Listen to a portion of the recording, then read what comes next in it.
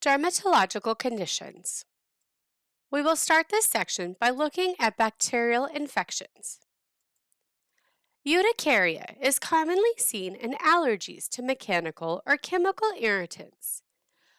Urticaria is commonly seen in allergies to mechanical or chemical irritants. This is usually systemic in origin, meaning that it's affecting the entire body. This is typically caused by a hypersensitivity to foods or drugs, infection, physical activity, or even psychic stimuli. Most commonly, urticaria is associated with wheals that occur on the body, such as the example in this picture.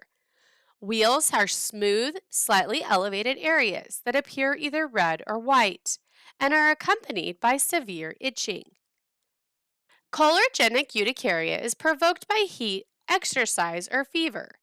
The clinical presentation reveals small papules that appear first in the upper thorax or neck and spreads inferiorly to involve the entire body. The systemic symptoms are rare.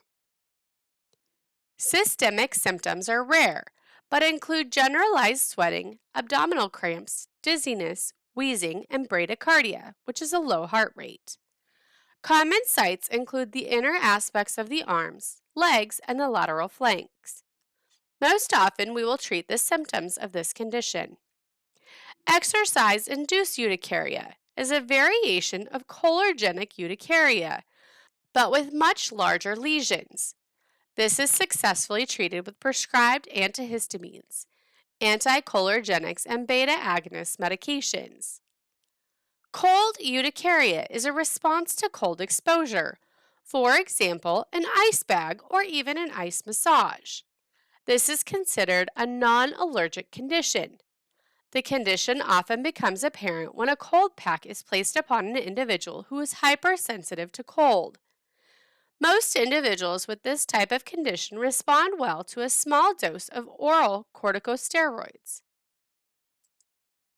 Other bacterial skin infections are typically caused by the staphylococcal or streptococcal infections.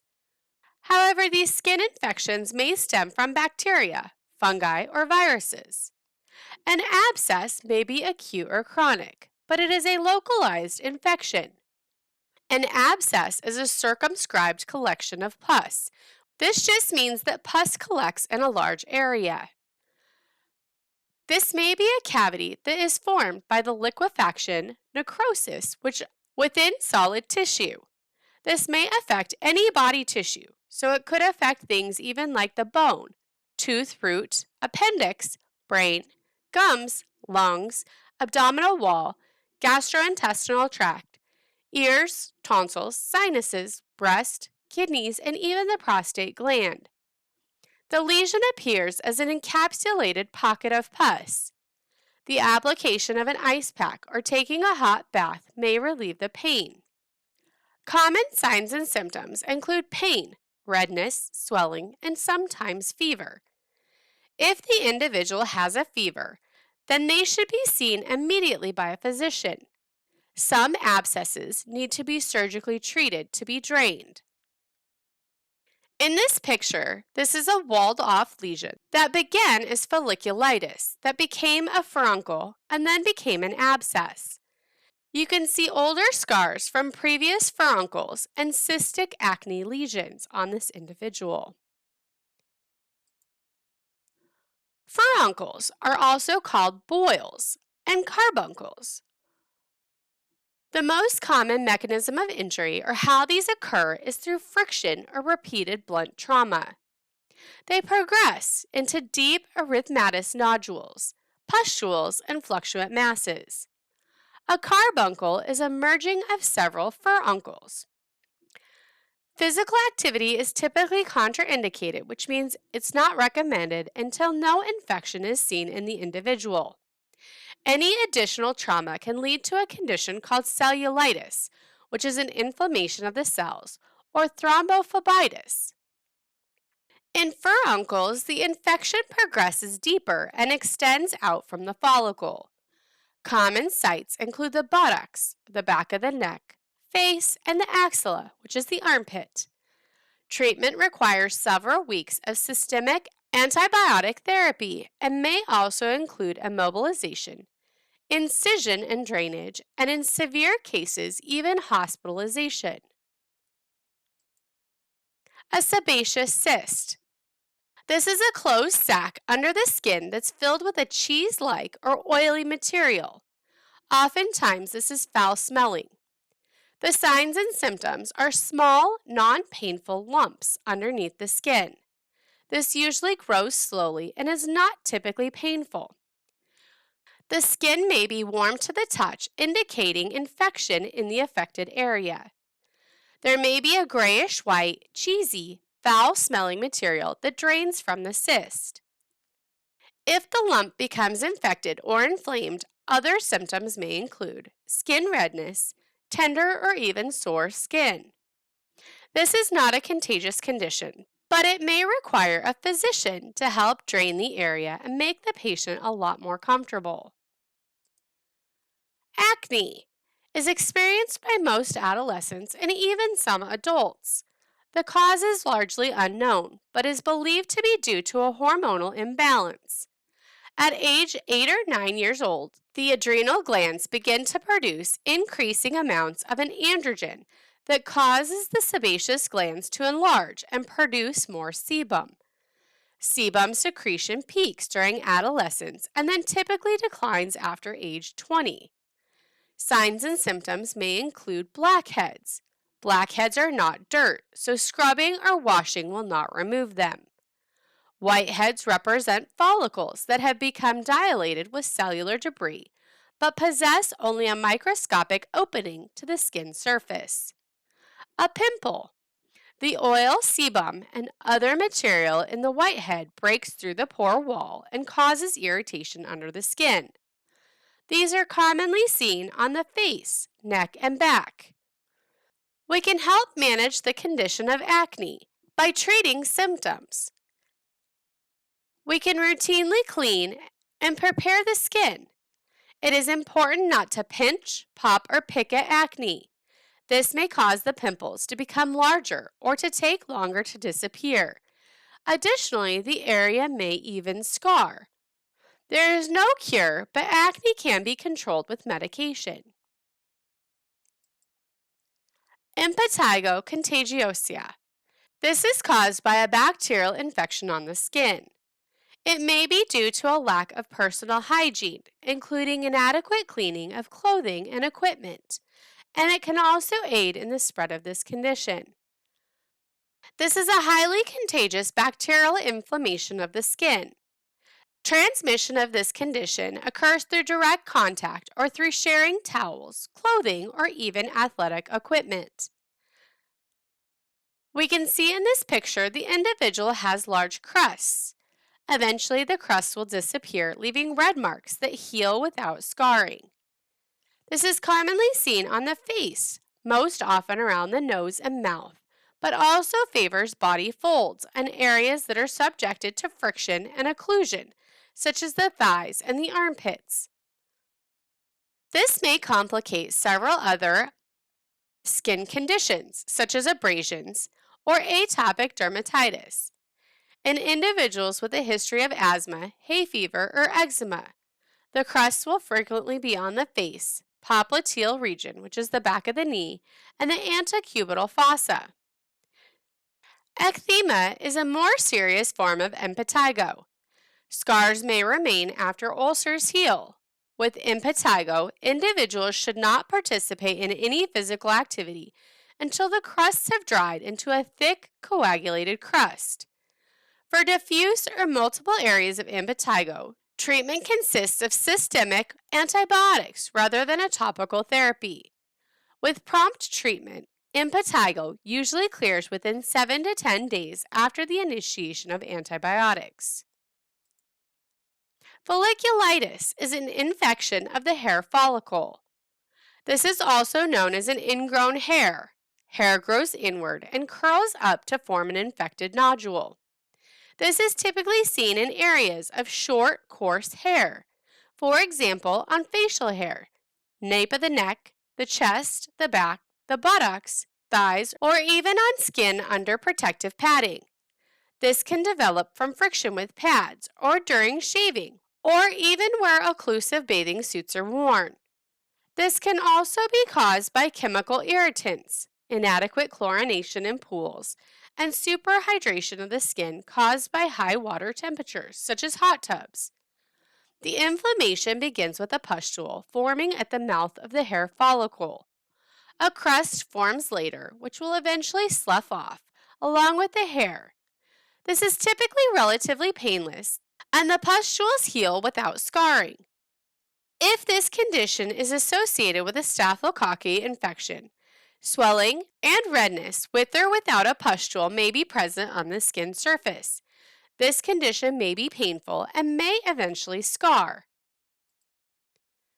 Other bacterial skin conditions, onychias and peronchias. Onychias are inflammation of the matrix of the nail plate. The signs and symptoms include red, swollen, and painful nails, and purulent drainage, which means there's drainage. A peronchia involves only the lateral border of the nail fold and often follows the removal of a hangnail. Peronchias are often seen in individuals whose hands are frequently immersed in water or mud. For example, a football lineman who has their hands in the dirt often. Several cases may require systemic antibiotics or drainage of localized pus. Hidradenitis suppurativa. This is a suppurative disorder affecting the follicles and the apocrine sweat glands. This is caused by a bacterial infection, the Staphylococcus aureus, that's usually involved. Signs and symptoms may vary based on the stage. In stage 1, we have solitary or multiple isolated firm red nodules without any scarring or sinus tract. In stage 2, the pustules and abscesses may discharge pus spontaneously and heal slowly. In stage 3, extensive multi-region involvement with multiple interconnected sinus tracts and scarring is likely. This is potentially serious and a chronic inflammatory condition. This condition is not typically present prior to puberty because the sweat glands are not as active, but it can appear at any age afterward. This is seen more commonly in women than in men, and it develops primarily in the sweat glands located in the armpits, the groin, around the breasts, and in the anal region. It is also seen at higher rates in extremely overweight individuals and cigarette smokers. This condition is very difficult to treat. Early intervention to prevent scarring is important. Ultimately, this condition may require surgical intervention. Cellulitis. This condition is caused by a staphylococcus infection. The lesion is usually around a break in the skin, for example, a surgical wound, trauma, athlete's foot, or even ulcerations of the skin. This is an infection of the deep dermis and subcutaneous tissues. Signs and symptoms include lesions that appear as ill-defined areas of tender redness on the trunk or Lesions appear as ill-defined areas of tender redness on the trunk or extremities. There is intense pain, malaise, which is fatigue, and fever. And most cases of superficial cellulitis improve within 1 day of treatment. Substantial cases may take 10 to 20 days for full recovery. Methicillin-resistant Staphylococcus aureus, also known as MRSA. This is caused by a strain of staph bacteria that is resistant to common antibiotics. Signs and symptoms may include small red bumps that resemble pimples, boils, or even a spider bite. They quickly turn into deep and painful abscesses and can be potentially life-threatening.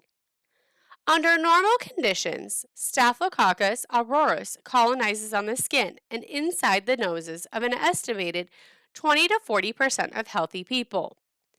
Individuals who have no symptoms are called carriers. When a breakdown of the skin occurs, this bacterium invades the body by producing a skin infection, such as an abscess or cellulitis, or it may produce a systemic infection such as pneumonia or a blood infection. The infection is spread by skin-to-skin contact. At-risk populations include groups such as high school wrestlers, child care workers, and people who live in crowded conditions. The NCAA and the National Federation of High School, or NFHS, regulations for bacterial infections and participation. Individuals suffering from these types of skin infections must complete at least 72 hours of antibiotic therapy prior to returning to participation. They also must have no new lesions for at least 48 hours. There must be no moist, draining, or exudative lesions. If lesions are questionable or there is a concern, a gram stain is required if available. Any active lesions may not be covered for the individual to participate. They have to be fully healed. Bacterial skin conditions, the general management of bacterial infections. Cleanse the area with soap and water and astringents. Use over-the-counter topical antibacterial agents. We may need to refer individuals to a doctor for incision, drainage, and debridement of these types of skin conditions. With severe conditions, systemic antibiotic therapy may be necessary. Individuals should be withheld from physical activity in the presence of satellite lesions, cellulitis, purulent conjunctivitis, weeping lesions, or large or multiple honey-crusted lesions. Cellulitis, furuncles, and carbuncles are not significantly contagious, but continued trauma to the involved areas can lead to systemic complications. For cases of suspected impetigo, isolate the infected individual, including the athletic clothing and towels, to prevent the spread.